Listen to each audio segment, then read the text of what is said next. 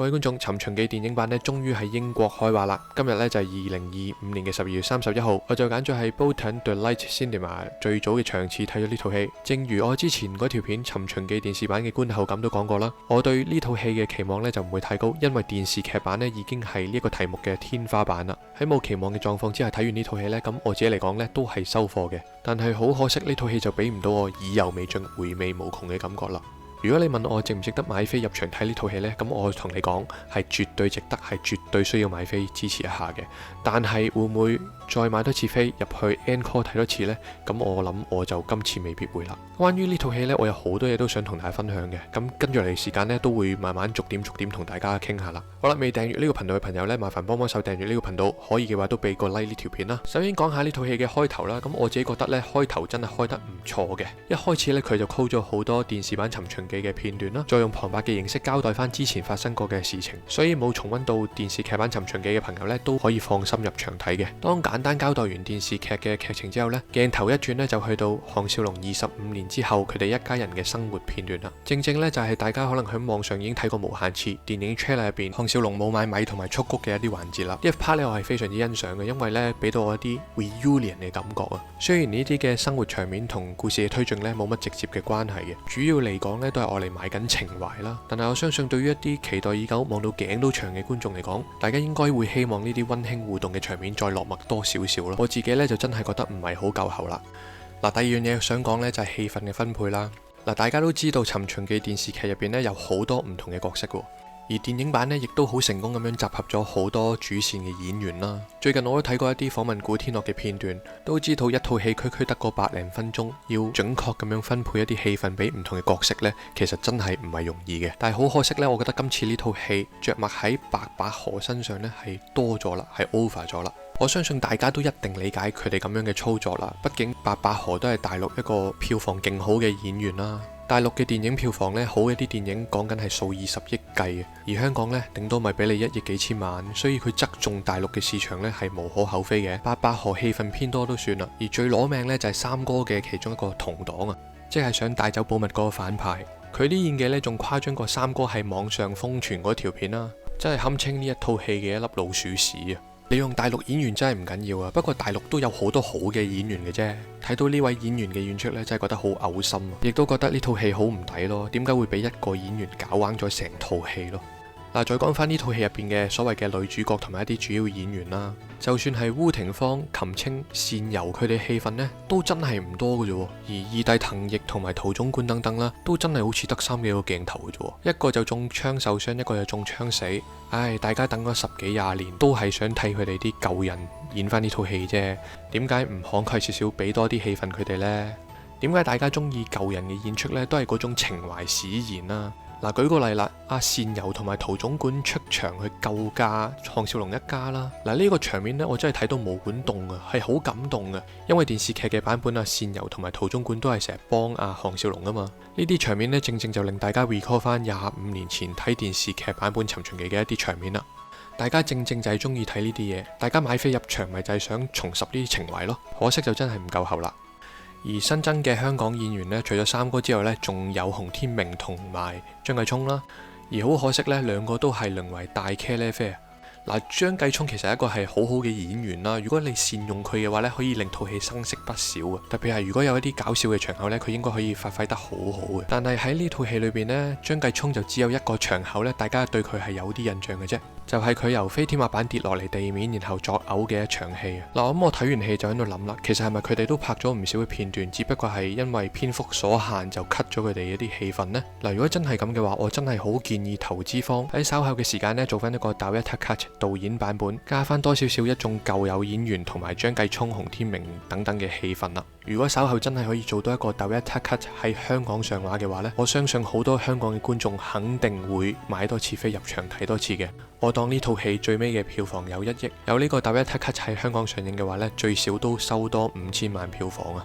古老版真係不妨考慮一下。而第三樣嘢我想講呢，就係呢套戲入邊涉及嘅一啲現代科技嘅場面啊。喺尋秦記呢個故事入邊，現代人嘅科技水平呢已經去到連時光機都發明到啦。所以喺電影版尋秦記入邊再加多一啲先進到令人難以置信嘅科技產品呢，作為觀眾嘅我哋呢都一定 challenge 唔到你噶啦。有兩樣產品我想講一講啊。第一樣呢，就係飛天滑板啦。呢塊咁嘅飛天滑板喺 Back to the Future 出現過，係咪喺 Back to the Past 尋秦記就一定要有份呢？呢塊咁嘅滑板呢，真係幫套戲減緊分。項少龍同埋石頭就企咗上去飛啦，睇落去就唔係好自然同埋唔係好真實，效果就真係好一般嘅啫。既然效果唔係真係咁靚嘅話呢，就真係無謂嘥錢放喺 CG 做呢啲場景咯。第二樣嘢想講呢，就係嗰部未來電單車啊。嗱，佢設計到好似一啲叮當法寶咁啦，可以喺口袋嗰度拎出嚟，掉落地之後呢就會即刻變大。成件事呢，俾我感覺呢就真係卡通咗少少啦。不過呢樣嘢呢，我相信係編劇嘅扭橋嘅成果咯。一開始嘅劇情交代到呢，三哥一眾伙伴就逼烏有博士佢哋用時光機送佢哋返秦朝。佢哋一眾人等呢，都係身穿一啲裝備上去個時光機嘅啫，就見唔到有電單車嘅存在喎。然後稍後嘅戲份呢，就見到佢哋一眾人等呢，就揸住個電單車喺古代奔馳喎。當時我都覺得好好奇啦，即刻諗係咪唔連戲呢？點解有部電單車返咗去古代呢？後來呢，就真相大白啦，原來呢啲呢，就係類似叮當法寶嘅可變大嘅電單車。嗱，我自己就覺得呢，編劇就可能係好想要有電單車喺古代奔馳。而部時光機咧本身就係響實驗室入邊喎，而三哥一眾人等呢，就係強行進入實驗室，強行登上時光機返去秦朝喎。劇情又真係好難交代到佢哋點樣可以帶到部電單車入去實驗室之餘，仲要上埋去時光機入邊喎。我估計編劇就真係扭盡六壬都安排唔到呢件事發生啦，唯有呢，就整啲口袋電單車，即係類似叮當嗰啲法寶咁啊，先至可以成就到呢件事嘅發生。都係嗰句啦，連時光機都有嘅年代，有乜嘢唔可以發生啊？不過作為觀眾嘅我呢，我就覺得科幻還科幻，卡通還卡通，搞到呢套戲咁卡通就無謂啦。我就唔覺得一定要有電單車出場嘅，安排三哥佢哋騎住馬揸住機關槍，好似更加有睇頭啦。仲有一個場面呢，我都想講下啦。呢個場面呢，就好明顯係為咗取悅中國嘅觀眾啊，就係阿白百何 show 俾項少龍睇現代嘅先進電話啦，就講到係 Made in China 咁啦。相信大陸嘅觀眾呢，睇完都一定好開心噶啦。想大陸上畫嘅票房好呢，就要諗啲位去取悅下中國觀眾。正如西片火星任務咁啊，都係要中國出手火星任務先得以成功進行。有呢啲劇情嘅存在呢，係突兀咗少少，但係呢係無可避免噶啦。第四樣嘢我想講呢，就係呢套戲呢可以承傳到電視劇版本嘅尋秦記，將一啲尋秦記嘅角色呢融合喺歷史事件入邊。喺尋秦記電視劇版嘅大結局入邊呢，嬴政就唔想項少龍喺史書出現呢，於是就揾李斯諗辦法。李斯呢就諗出焚書坑儒啦，搞到焚書坑儒好似同項少龍有關咁。我上條片呢都講過噶啦，觀眾睇呢件事呢會覺得好過癮噶。而電影版呢，佢就兩個結局啦。第一個結局呢，就正正係同秦始皇尋找長生不老藥有關。喺電影版本中呢，項少龍喺戲入邊呢都串過阿嬴政好幾次，就叫佢咪鬼揾長生不老藥。而去到第一個結局嘅結尾呢，嬴政就放生咗項少龍一家，等佢哋搭船離開，就命令李斯將呢件事件描述為佢派人去揾長生不老藥，而呢扎人呢就從此冇返過嚟啦。而作為觀眾嘅我呢，我睇呢段戲又覺得非常之過癮喎。原來史記入邊記載秦始皇命人去出海揾長生不老藥，又同項少龍有關喎。咁我覺得呢個橋段都幾有心思啦，都係電影版值得讚嘅地方嚟嘅。嗱，第五樣嘢我想講呢，就係講下呢套戲呢有第二結局喎。話說呢套戲呢，去到尾聲第一個 ending 之後呢，佢就突然間出咗一啲字幕，就話有第二個結局喎。咁我覺得呢個安排呢係有啲莫名其妙嘅，因為真係冇睇過一啲戲有啲咁嘅安排咯。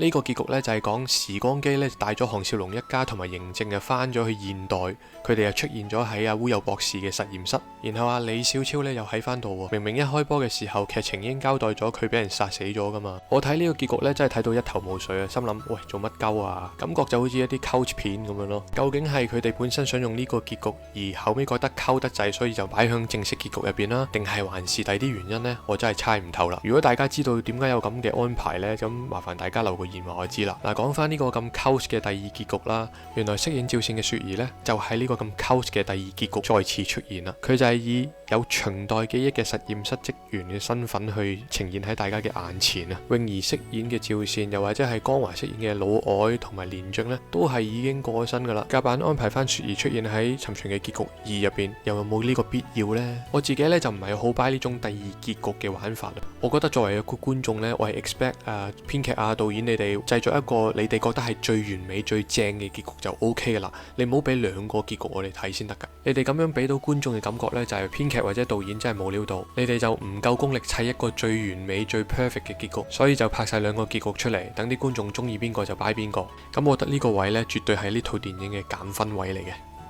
好啦，去到第6樣嘢，我想講呢，就係呢套戲嘅一啲零零碎碎嘅一啲細節位啦。電影開初嘅時候呢，項少龍就叫佢哋兩個老婆開始執包袱走人啦。阿孫軒同埋郭羨妮一路執包袱就一路講緊嘅對話呢，就好似有少少似《飯戲攻心》入邊講嗰啲邊度有屋企人邊度就係屋企嗰啲咁嘅意思咯。咁我諗呢個位呢，都幾 touch 到一啲舉家移民過英國嘅一啲家庭咯。而關於呢套戲嘅搞笑位呢，其實都有唔少嘅。咁我最記得呢，就係阿項少龍用個籠韞住阿大王啦，又或者係張繼聰喺飛天滑板跌落嚟嘅時候就即刻嘔啦。仲有項少龍形容嗰啲變大嘅電單車係 IQ 博士嗰啲嘢啦。當然亦都唔少得項少龍講一啲香港人間唔時都講下啲英文用語咁樣啦。笑位呢，大家就唔好 expect 佢有太過多啦。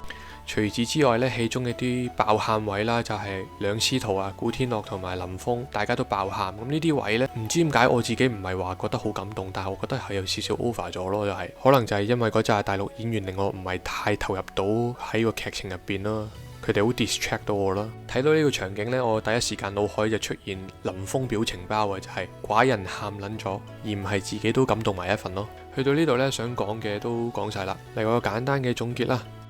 我覺得呢套戲呢，比我想象中已經係好好多噶啦，至少呢，佢唔係好似《明日戰記》呢種爛到不堪嘅一個程度啦。